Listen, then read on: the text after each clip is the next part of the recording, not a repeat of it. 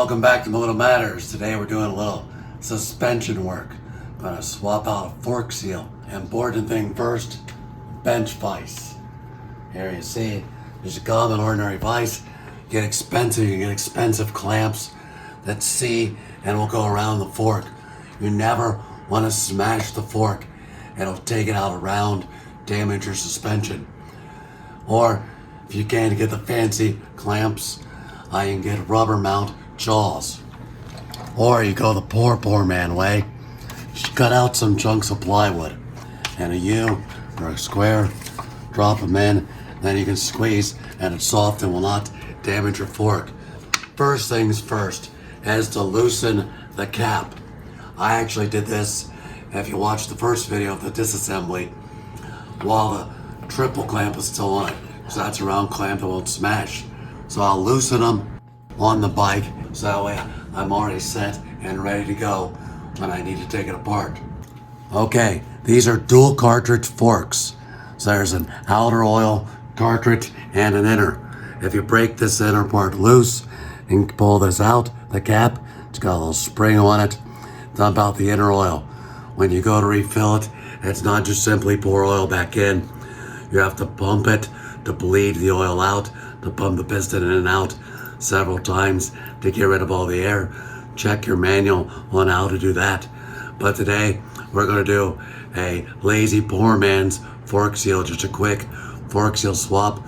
So we're only taking apart the outer chamber. Fork seal gurus, suspension guys will tell you never ever do this. You probably should change your inner oil too, just to keep it clean. Clean oil is always good. But quite often, when I just blow a fork seal mid-season, I'll just do the outer oil, like we're going to show you today. First things first, drain the fluid.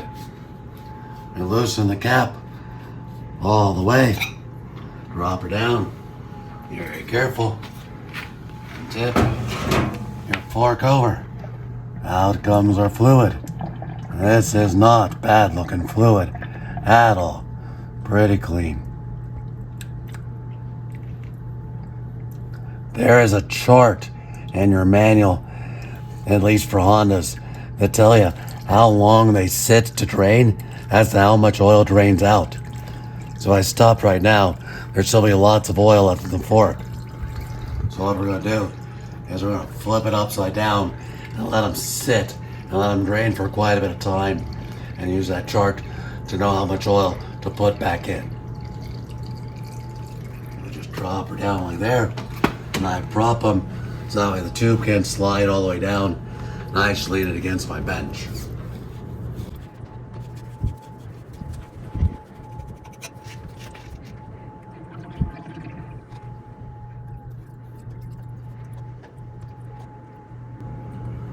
Alright, prop these guys up. Let them sit for some time, and we'll come back out and finish soon, like right now. Alright, now we go on to this stage. Let's see if I can do it without dropping my plywood pieces. Okay, we got her in the vise. Again, not smashing it.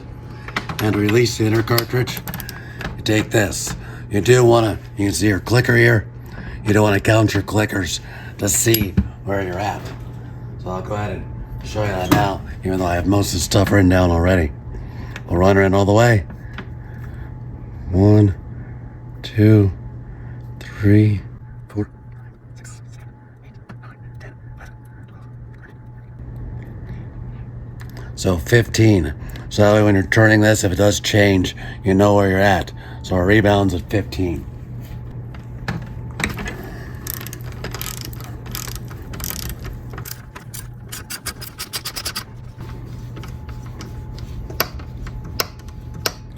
That sound tells us where I need to be. Now again, down to special tools. This is a homemade version of it. We'll see if this is the right size. We're gonna push and compress this spring, and then we'll slide it in.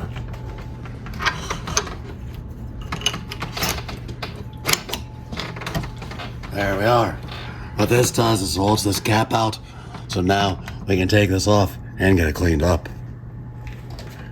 There we are. And we loosen this.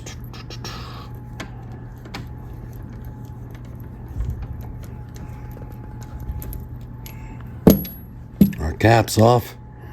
And this goes in. You can see how it's got a flat side. It turns the push rod in there, which then adjusts your suspension.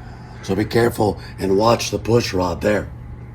Push down again, pull your special tool out. If you don't have a special tool, hey, the bigger forks, 15 millimeters smaller, 14, will work, even though it might damage your bottom fork lug a little bit. You spring loose, and I pull her at an angle to pull my spring out with it. And I'll make a little bit of an oily mess here on the floor. All right. There, that is the inner cartridge. There's the oil inside of that. We'll put it up here on the bench, keep it clean. We have a dust seal we're gonna pop off, then a clip inside that, then the actual seal. So just use your, not a screwdriver, because screwdrivers are never used for prying, to get underneath that seal. There we are a little bit. And there, now we're going.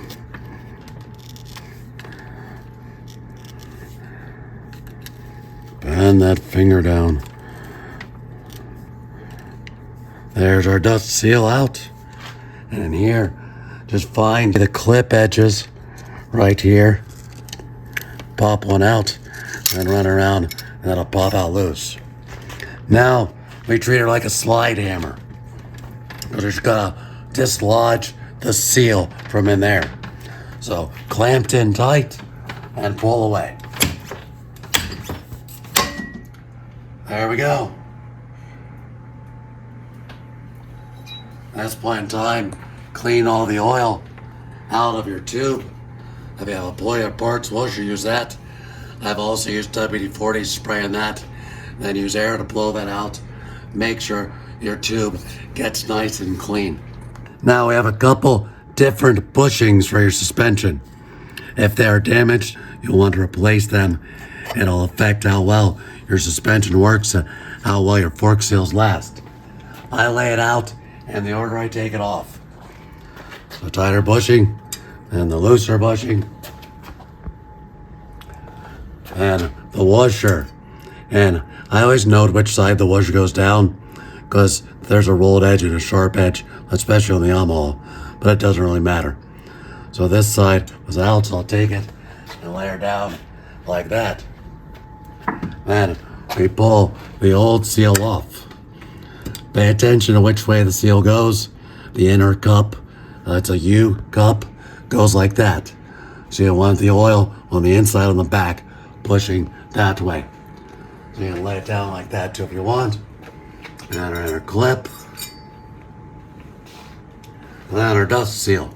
Everything in order that came off, so we know how to put it back together in the right order. Here, now we want to clean our tube. And you'll also clean out the inner tube. Take it off, clean it out the same way you did the outer tube. All right, now I've got everything clean. I especially clean my hands because we gotta cover this sharp lip right here. That's a very sharp edge where the bushing rides, and that can tear up your seal. So we're gonna get a little electrical tape here and wrap it around once. Only go once. You don't want it too thick. And I always use scissors or knife, get a nice clean edge. A torn edge will not work. Get her down nice and smooth. Here you can see everything laid out from the way it goes on. The old seal, the new dust seal, the clip, the old fork seal, the new fork seal, then the washer and the bushings. So you should put it back on in reverse order. But first, we've got to get some oil on everything. We don't want anything getting stuck. I've learned oil up the dust seal, and then life goes easier when pushing it in. There's grease on them already, from the factory, but I like everything nice and oily, especially on that outer part, so that way it goes in easy. That outer edge. We'll also do the same to the fork seal.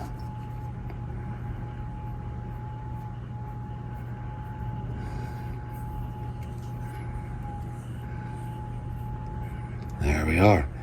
Now, since we know our new and our old, we're just going to get rid of the old so we don't get confused. Now on the tube, over that tape, over the edge, so it slides on real nice and easy. Now I just go back order. I start on one edge and carefully and gently pull around. Lift up and over, then pull her on. The seal goes pretty easy. And if you forget your clip, it's not the end of the world, it's open, so you can pry her on. It's best if you remember it like that.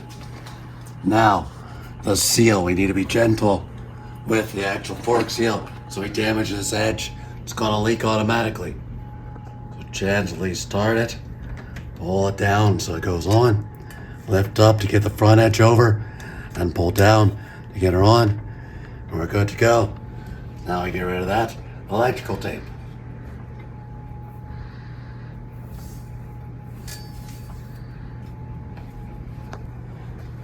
Back with our washer and our bushings.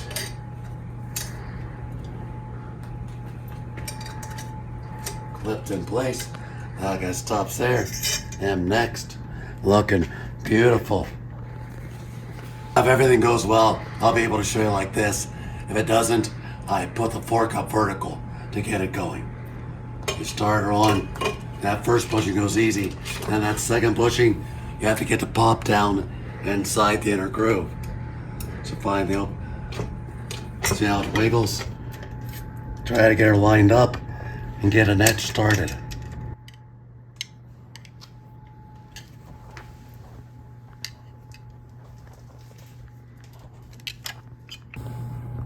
Okay, you can see the bushing all the way down in place. Now next, we will take our actual fork seal. Now one of the guys that taught me, he always pushed him in my hand.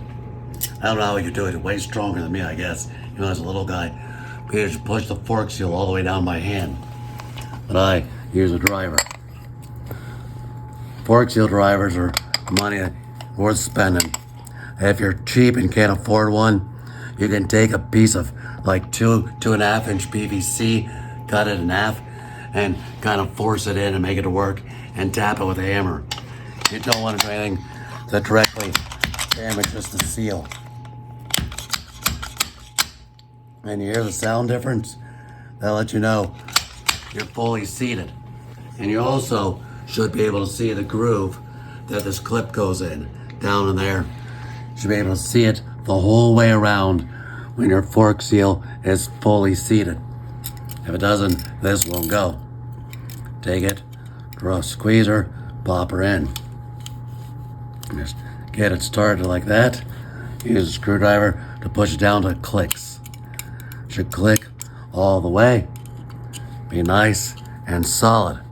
At that point in time, take your dust seal and push him down and into place. And most of you should have no problem pushing this by hand.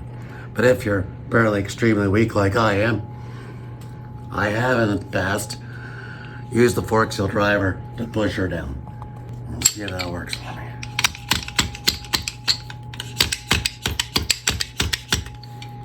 You can damage it doing this. So you don't want to, unless you barely like me and just absolutely have to. All right, now we're going back up to the bench. All right, time to put the inner chamber back in. I've got it with a spring back in it, all cleaned up, ready to go.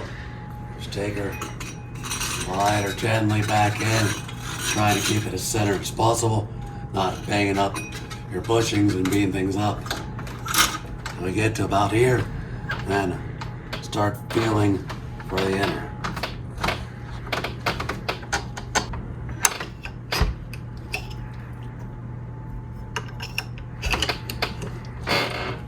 hard.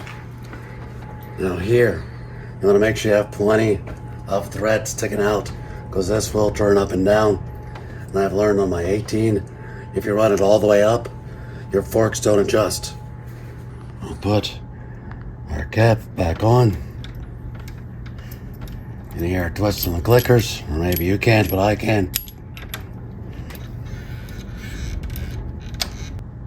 I'm sure there's a torque, but just be responsible tight. Now we push on or pull our clip out. Careful not to damage the threads. Going back in. At this point, we tighten the caps back in. Again, you can look up torque value if you want, but just responsible tight.